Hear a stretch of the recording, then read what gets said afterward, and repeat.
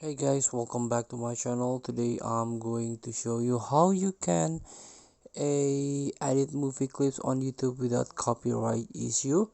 So if you want to upload, if you want to create your video, but you're worried about a copyright, it's very easy. You can use the Pixabay to add material. Here in a pixabay.com you can get stunning royalty-free image and royalty-free stock. Here you can download image, even video and sound or music here. So you can download the material from here. So you can search, filter the video that you want to create. And of course it's not enough.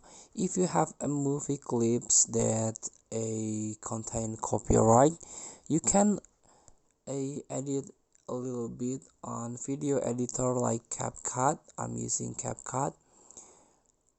Here you can tap on your video that you want to upload into YouTube, for example.